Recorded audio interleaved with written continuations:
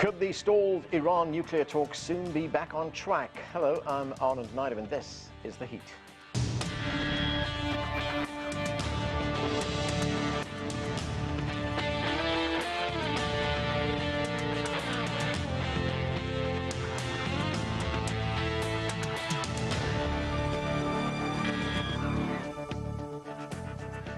There are hopeful signs that talks to resurrect the 2015 Iran nuclear deal could soon resume in Vienna. Negotiations have been on hold since March over a number of issues, including Iran's demand that Washington lift a terrorist designation on the country's paramilitary Revolutionary Guard. In a recent Senate hearing, US Secretary of State Antony Blinken talked about future prospects with and without a nuclear deal with Iran.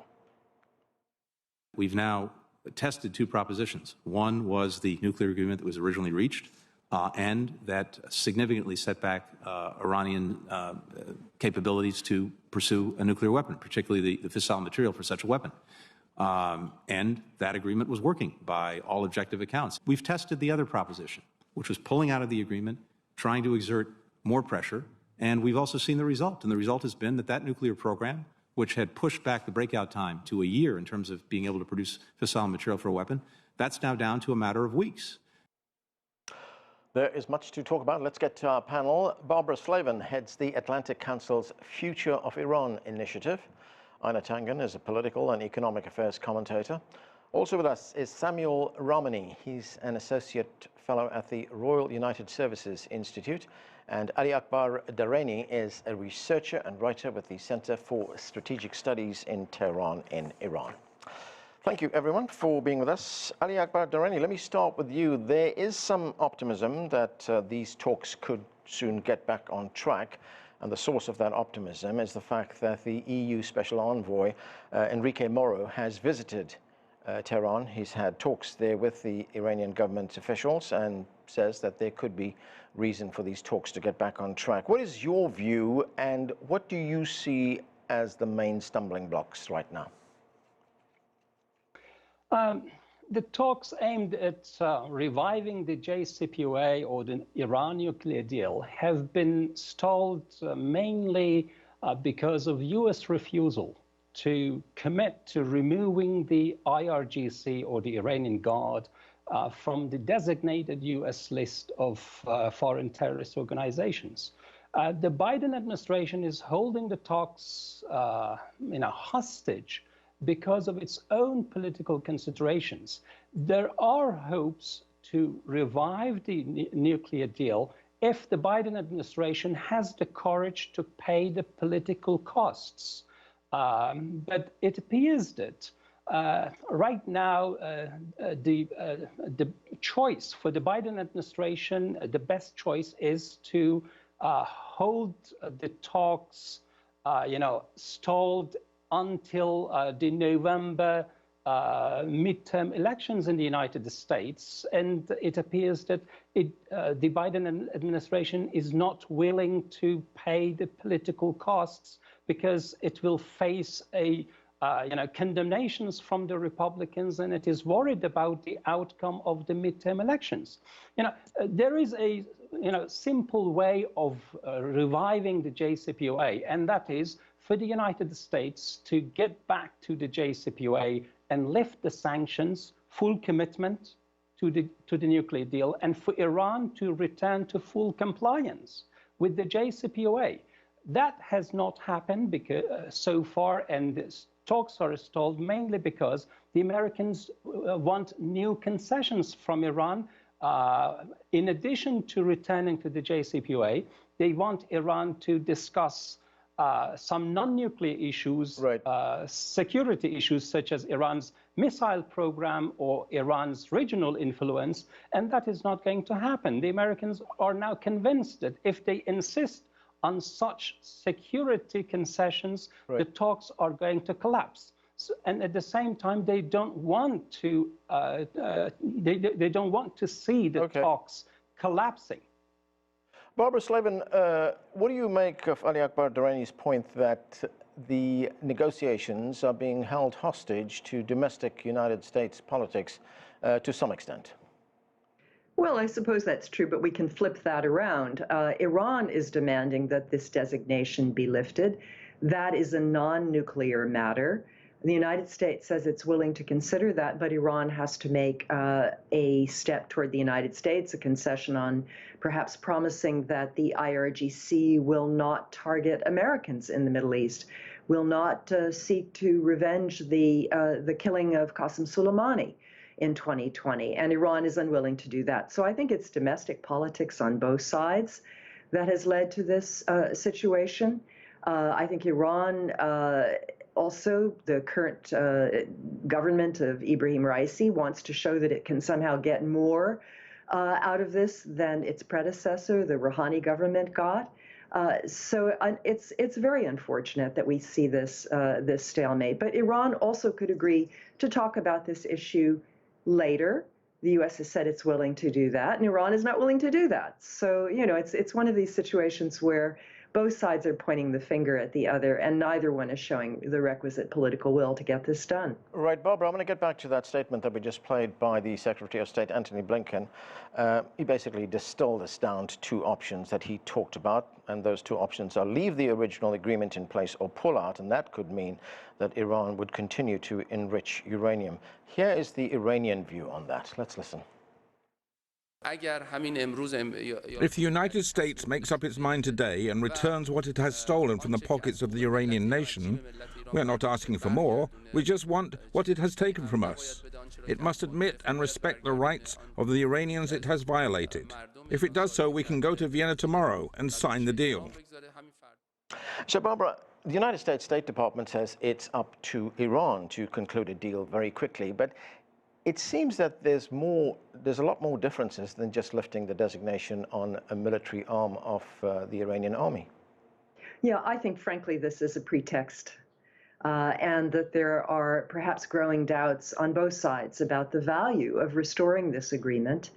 After all, it's been a number of years now that the United States has pulled out and imposed the sanctions. Iran has learned to live with these sanctions, perhaps not very well, but it has survived. It's been selling oil to China primarily, and it seems as though the Raisi government just is very reluctant to get back into this agreement, especially when there's always the possibility of a U.S. withdrawal again after we have our next presidential elections. So it's unfortunate. I still think this would stabilize the situation.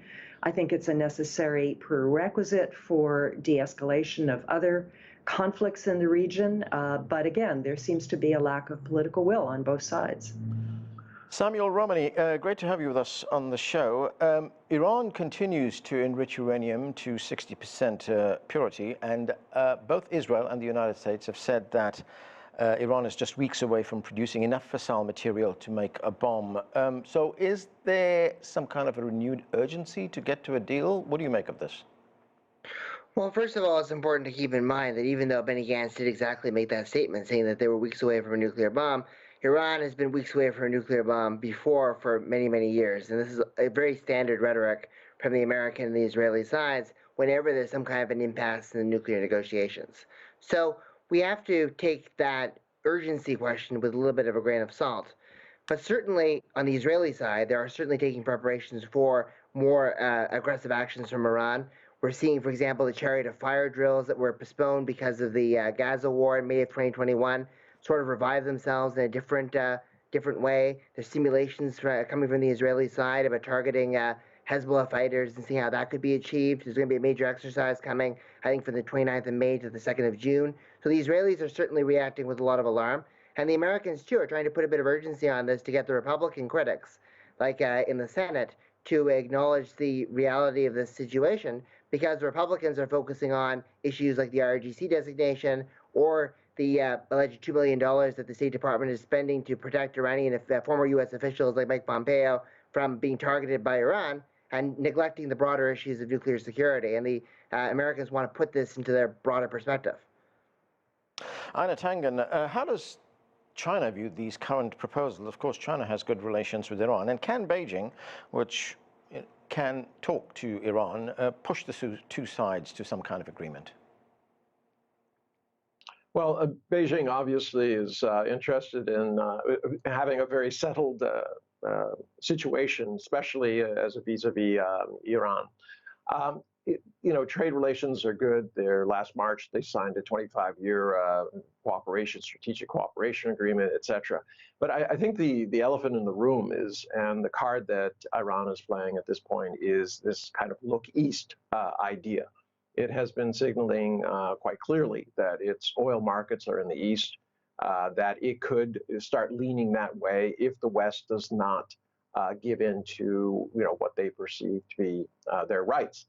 The real issue here, and I think Barbara outlined it quite well, though, but I would say that it's a lack of trust by both sides. And the Iranians have every reason to not trust the United States based on the withdrawal from the JCPOA and the possibility of whatever agreement would be reached being negated 2 years from now if another administration comes in and is hostile to it. So at this juncture, it seems very difficult to see how this can come together despite the optimism.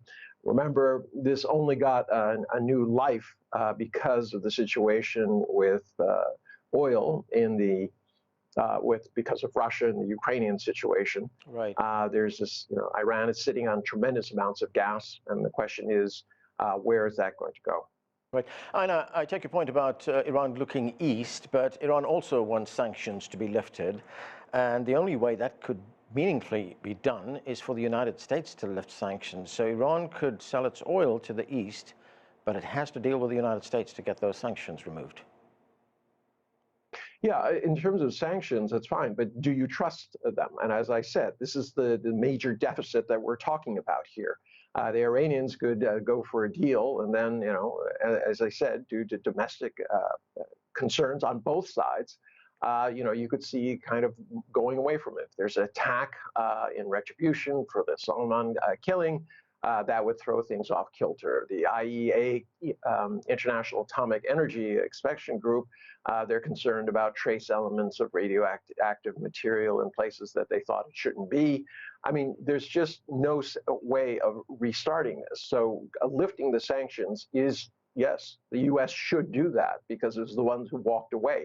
But they're not going to do it because of, as Barbara pointed out, domestic political concerns, and also the other gentleman said.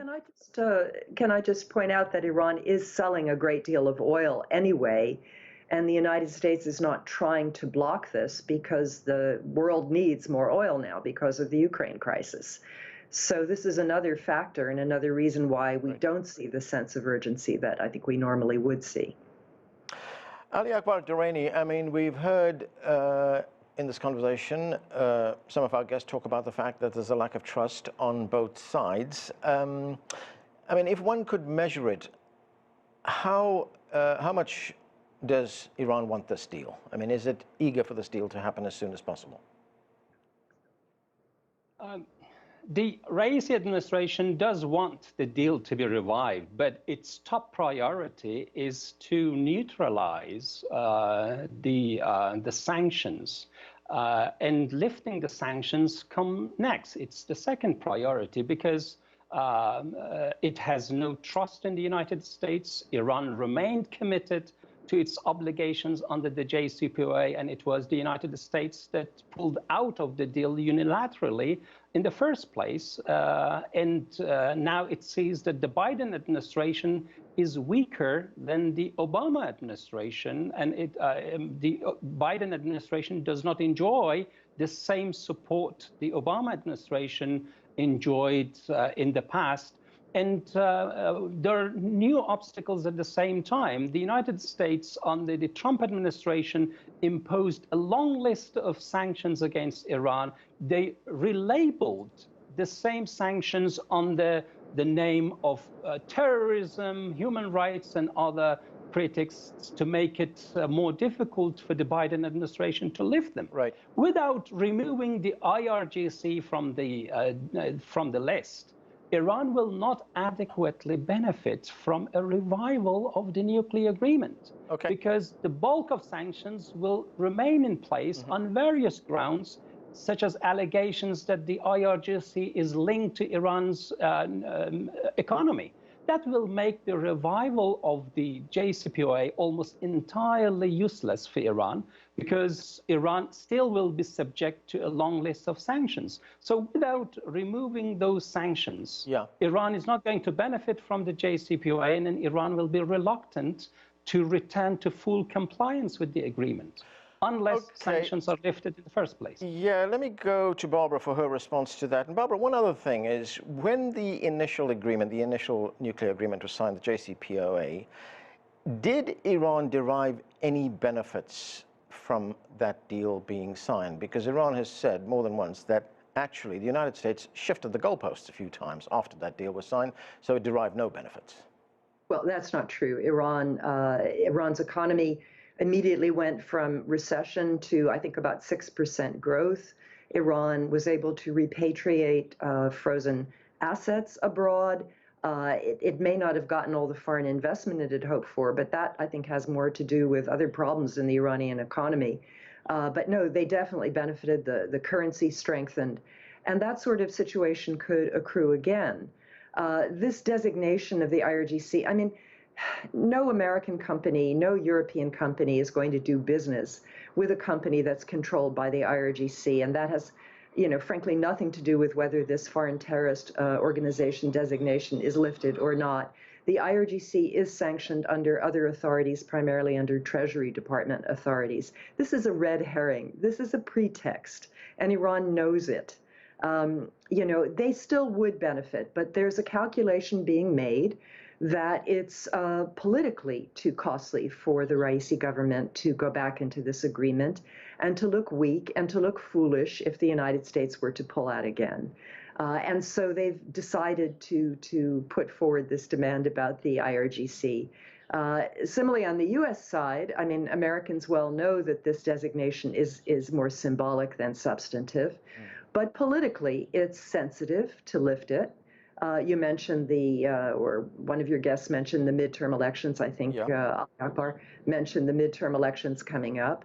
I mean, the ironic thing is the JCPOA is actually more popular in the United States now, if you look at opinion polls, than it was in 2015 and 2016.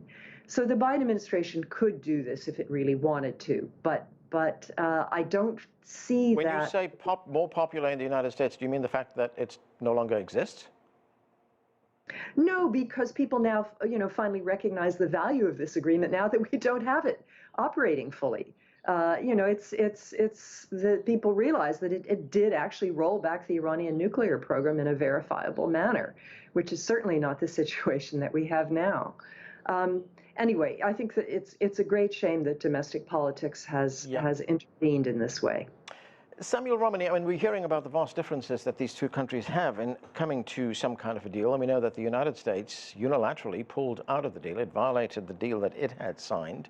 There's another thing which was in that deal which enabled the United States to reimpose sanctions on Iran if it felt that Iran was violating the deal. It was known as snapback sanctions. I mean, what do you make of this? Do you think that the fact that there's a lack of trust, do you think that can be bridged? Well, I think that is a very difficult thing to bridge. And as Barbara was saying, there is, however, some enthusiasm for a return to the Iran nuclear deal amongst the publics of both the United States and Iran. But if we look at some Chicago Council polls that were detailing the Iranian and American public opinion in juxtaposition with each other, we see that there's 51% of Iranians, for example, one of them, that approved of the JCPOA. That's the highest it's been in about 2 years, but significantly lower than the level of support that we saw in 2016 and 2017. And that decrease in support is telling, and that's something that Raisi is capitalizing upon, because he does not want to make the mistakes of Jawad Zarif and Rouhani and others in signing an agreement with the United States only to see it be violated. So there's Iranian public and Iranian elite pressure not to sign on to this deal. And even though the deal is more broadly popular inside the United States, paradoxically, than it was now, there is a lot of concern, for example, in the United States, particularly amongst Republicans, about the fact that this deal doesn't go far enough. It doesn't deal with ballistic missiles. It doesn't deal with the increasing Iranian threat with regards to drones to cities in the UAE, for example, Saudi Arabia, oil security more broadly. And even though Iran is exporting oil, and that's a good thing to divest from Russia, they're also concerned about the energy security threats that Iranian proxy activity poses too. So given those multitude of complications, I think there is a severe trust deficit that's very, very hard to overcome. Einar Tangen, Russia, at least China and Iran signed what was called the Comprehensive Strategic Partnership. That was in 2021. China, of course, has agreements like that with other countries. But that agreement specifically, does it give China any influence about which direction Iran may take or may not take in this? No, not at all. I mean, it's simply an open door to the east, as I said, this kind of go east idea. Versus what Iran is dealing with in the West. I mean, there's a lack of trust. And I'm not saying that there's a trusting relationship between Iran and China. That is going to come in time. Trade is certainly up. This last quarter, it was up by 30%. They finally balanced their non-oil trade so that imports and exports were almost exactly even. And there's tremendous room to grow there. The question is, unless the sanctions are withdrawn, Iran has very few alternatives except to look towards other countries that will deal with them. China obviously is one of them. So, but China is not trying to exert influence to say, oh, don't do anything with the US. In fact, it's, I think, the other way around. Iran is using China as perhaps a card, as it says, look, you know, this is a watershed moment. We get to some sort of agreement we can live with, you can live with, or we're going to have to look in other directions. Ali Akbar Dareini, sanctions, of course, have had a devastating impact on Iran. Here is the United Nations Special Rapporteur on Unilateral Coercive Measures talking about those sanctions and which sectors of the Iranian economy have been hardest hit. Let's watch. Sanctions imposed on main export goods, designation of all Iranian banks, along with a long list of companies and nationals, including some engaged in pharmaceuticals and food production, have resulted in reduced state revenue, inflation, growing poverty, insufficient resources to guarantee basic needs of people with low income and other vulnerable groups, including people suffering from rare and severe diseases, disabled people, Afghan refugees, women-led households, and children. So, Ali Akbar Dareini, that's a wide range of sanctions that Iran has been facing there. What is your assessment of how hard these sanctions have hit Iran, and what are the prospects for change should Iran sign this deal? Iran has been living under sanctions for years, and these wide range of sanctions under the United States policy of maximum pressure campaign has made life difficult for many Iranians, for all Iranians, I would say.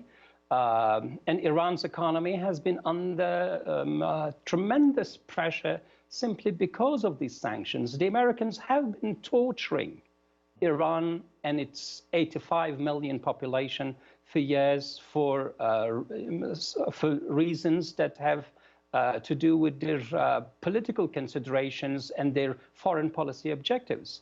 So these sanctions are hurting the Iranian people, and the main reason for the JCPOA was for Iran to restrict its nuclear program in return for the lifting of sanctions. That has not happened. Iran remained committed to its obligations, but still it did not fully enjoy a lifting of sanctions, and instead the Americans pulled out and imposed more sanctions on Iran. In recent days, the Raisi administration has carried out a major economic reform program, cutting subsidies. It has cut back on subsidies despite the fact that the Raisi administration does know that it is a risky plan. It will put more pressure on the population because of the price hikes. But it has also a message for the United States and for the Europeans, other signatories to the JCPOA. And that is, the Raisi administration has repeatedly said that it will not tie Iran's economy to the negotiations. And by implementing this economic reform package, it is sending the message that Iran is not going to wait for the lifting of sanctions, but it is going to, yes. But if we look at what has happened in the past, I mean, do you agree with what Barbara Slavin told us just a moment ago, that life for Iranians did improve marginally, relatively, in the wake of the agreement being signed in 2015? And isn't that an incentive for Iran to come back to the negotiating table and sign a new deal? Yes, I do agree. Iran enjoyed a sanctions relief after the JCPOA went into effect. Iran started exporting its oil, and Iran enjoyed some of the benefits, although not fully, but Iran did enjoy the benefits. But that's why Iran remained committed to its obligations. And now that's why Iran is willing, under the Raisi administration, to fully return to the JCPOA because of those benefits. But if Iran is not going to enjoy any benefits, then there is no reason for Iran to return to the talks. And I believe that neither the United States nor Iran are willing to announce a collapse of the talks, because it will have dire consequences for Iran, the United States, and the world. And that's why the Americans want to keep this situation as it is until the mid-term elections in the United States. All right, Barbara, I've only got about a minute left, but what do you make of those economic measures that the current government in Iran is taking, stopping subsidies for one, and trying to decouple the sanctions from the nuclear agreement? Yeah, well, my understanding is what they've done is that they are trying to unify the exchange rate for currency and not use an artificial rate for the importation of things like food and so on. And that is what's resulted in this bump up in prices. It's audacious, and it's causing a lot of pain, and it's leading to a lot of protests, but it's probably necessary. I still think, obviously, that the blow would be eased if Iran would drop its demand about the IRGC and come back into the JCPOA and get the benefits of sanctions relief and doubling its oil sales. I mean, Iran is costing itself $4 billion a month by not selling oil, more oil at $100 a barrel. But again, politics seems to trump all, unfortunately. Okay, and that's where we have to leave it. Thanks to all of you for being with us. That is it for this edition of The Heat. I'm Anand Naidu in Washington, D.C. Thanks for watching.